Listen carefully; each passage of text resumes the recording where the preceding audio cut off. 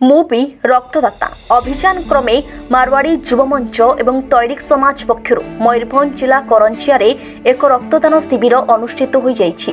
ମହିଳା ଓ ଶିଶୁ ବିକାଶ ମନ୍ତ୍ରୀ ଶ୍ରୀମତୀ ବାସନ୍ତୀ ହେମ୍ରମ ସ୍ଥାନୀୟ ପ୍ରଶାନ୍ତି କନଭେନ୍ସ ହଲ୍ରେ ଅନୁଷ୍ଠିତ ଏହି ଶିବିରର ଶୁଭାରମ୍ଭ କରିଥିଲେ। ଶିବିରରେ କରଞ୍ଜିଆ ସମେତ ଏହା ଆଖପାଖ ଅଞ୍ଚଳର ବହୁ ସ୍ୱେଚ୍ଛାସେବୀ ଯୋଗଦେଇ ରକ୍ତଦାନ କରିଥିଲେ। ଏଭଳି ମହତ୍ କାର୍ଯ୍ୟକ୍ରମ ଆୟୋଜନ କରିଥିବାରୁ ମାରୱାଡ଼ି ଯୁବମଞ୍ଚ ଏବଂ ତୈରିକ ସମାଜକୁ ବିଭିନ୍ନ ମହଲରେ ପ୍ରଶଂସା କରାଯାଇଛି। ଥାଲାସେମିଆ ରୋଗୀଙ୍କ ସମେତ ରକ୍ତ ଆବଶ୍ୟକ କରୁଥିବା ଲୋକଙ୍କ ପାଇଁ ଏହି ପ୍ରୟାସ ଏକ ଛୋଟ ସାଧନ ହୋଇପାରିବ ବୋଲି ଉଭୟ ସଂଗଠନର କର୍ମକର୍ତ୍ତା ଆଶା ପ୍ରକାଶ କରିଛନ୍ତି।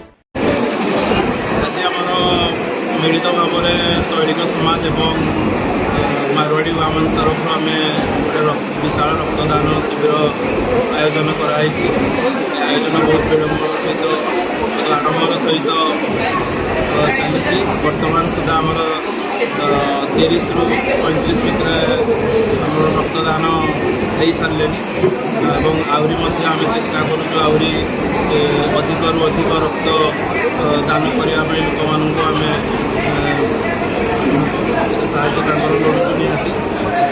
ଆମେ ଆଶା କରୁଛୁ ଆହୁରି ମଧ୍ୟ ରକ୍ତଦାନ ଦେବେ ଲୋକମାନେ। ଆମ ତୈଳିକ ସମାଜ କରଞ୍ଜିଆ ଏବଂ ଆମର ମାରୱାଡ଼ି ଯୁବମଞ୍ଚ ଶାଖା ଦ୍ୱାରା ଏକ ବ୍ଲଡ଼ କ୍ୟାମ୍ପର ଆୟୋଜନ କରାହୋଇଛି। ଏଥିରେ ବହୁତ ଆମର ସମାଜ ତରଫରୁ ଏବଂ ଅନ୍ୟ ମାରୱାଡ଼ି ସମାଜ ତରଫରୁ ବହୁତ ଆସିକି ବ୍ଲଡ଼ ଡୋନେଟ୍ କଲେଣି। ଆଶା ବି କରୁଛୁ ଆଗକୁ ଆହୁରି ବ୍ଲଡ଼ ଡୋନେସନ୍ ଆସିକି କରିବେ।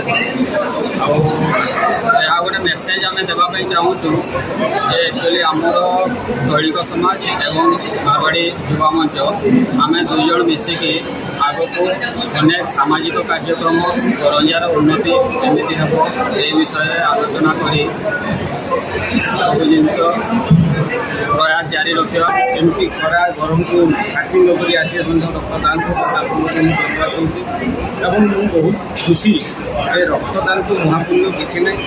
ତେଣୁ ଏଭଳି କାର୍ଯ୍ୟକ୍ରମରେ ଉଭୟ ସମାଜ ମିଶି କରିଥିବାରୁ ଆମେ ଏଠି ଗୋଟେ ଶିକ୍ଷା ପାଉଛୁ ଯେ ସମସ୍ତେ ମିଶିଲେ କୌଣସି ସମସ୍ୟା ରହେନି, ସବୁ ସମାଧାନ ହେଇଯାଏ।